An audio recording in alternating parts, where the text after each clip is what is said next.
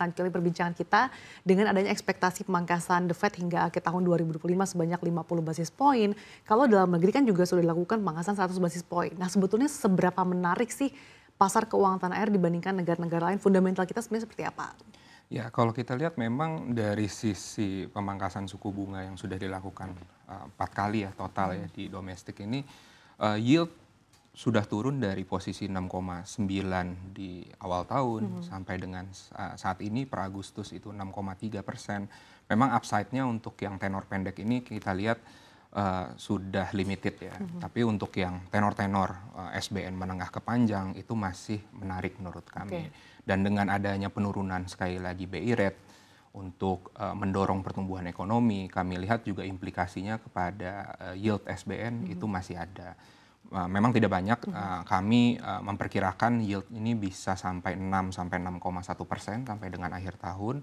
Tapi menariknya memang tadi mungkin sudah banyak dibahas dari sisi percepatan spending pemerintah itu kita juga tunggu karena per first half itu baru dilaksanakan sekitar 37% spending pemerintah.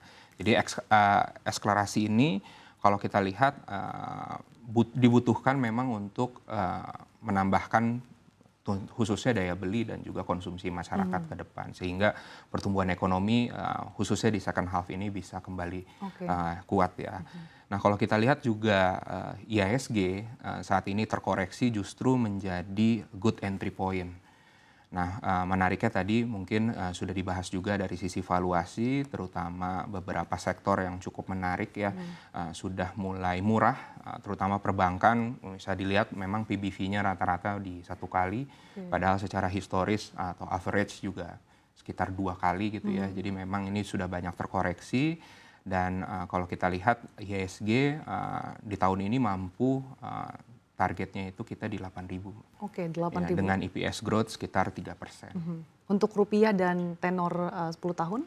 Nah, untuk rupiah kita lihat memang masih berada di 16.000 sampai 16.400 stabil. Dan juga untuk tenor 10 tahun itu di sekitar 6 sampai 6,1%. Oke, 6 sampai 6,1%. Selain perbankan, sektor yang masih cukup prospektif, yang overweight ataupun underweight ini apa saja? Ya, kalau kita lihat memang sektor-sektor selain perbankan itu sektor seperti properti dan juga auto itu juga cukup menarik karena ini akan berimpact langsung karena penurunan suku bunga yang sudah dilakukan gitu ya.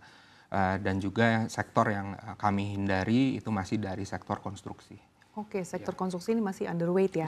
Masih underweight. Oke, kalau melihat kondisi industri reksadana saat ini, Anda lihatnya seperti apa dan bagaimana capaian AUM dari Insight Investment Management sejauh ini? Ya, memang kalau kita lihat dengan adanya penurunan suku bunga, likuiditas cukup banjir ya di market.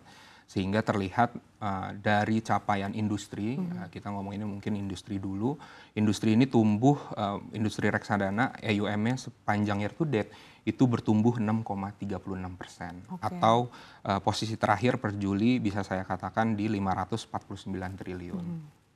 Nah, untuk Insight sendiri dalam sebulan terakhir itu tumbuh 500 miliar. Dari tutupan Juli itu di 12,2 triliun, tumbuh 500M ke 12,7 per tutupan Agustus 2025. Nah, ini juga banyak sejalan dengan industri reksadana yang cukup stabil seperti pasar uang dan juga pendapatan tetap itu mengalami kenaikan AUM yang cukup signifikan. Mengapa? Karena memang dari sisi marketnya itu memang ada penurunan suku bunga tadi sekitar 100 bips. Ini yang berimplikasi langsung kepada imbal hasil dari RDPU maupun RDPT yang underlying-nya adalah obligasi. Oke, nah dengan ekspektasi bahwa pertumbuhan ekonomi hingga akhir tahun 2025 semakin cemerlang, bagaimana nanti untuk industri reksadana lebih lanjut? Apakah memang nanti akan lebih ditopang untuk pasar equity atau justru masih yang berpendapatan tetap? Ya, menariknya lagi selain tadi yang saya sampaikan RDPU dan juga RD pendapatan tetap yang AUM-nya naik, tapi yang menarik adalah tahun ini reksadana indeks itu mengalami kenaikan AUM yang paling tinggi. Kalau tadi RD pendapatan tetap AUM-nya naik sekitar 17% sepanjang year to date, RDPU naik 11%, tapi reksadana indeks itu naiknya AUM-nya sekitar 42%. Nah, ini kita lihat investor ini trennya minat ke instrumen pasif sudah mulai ada ya.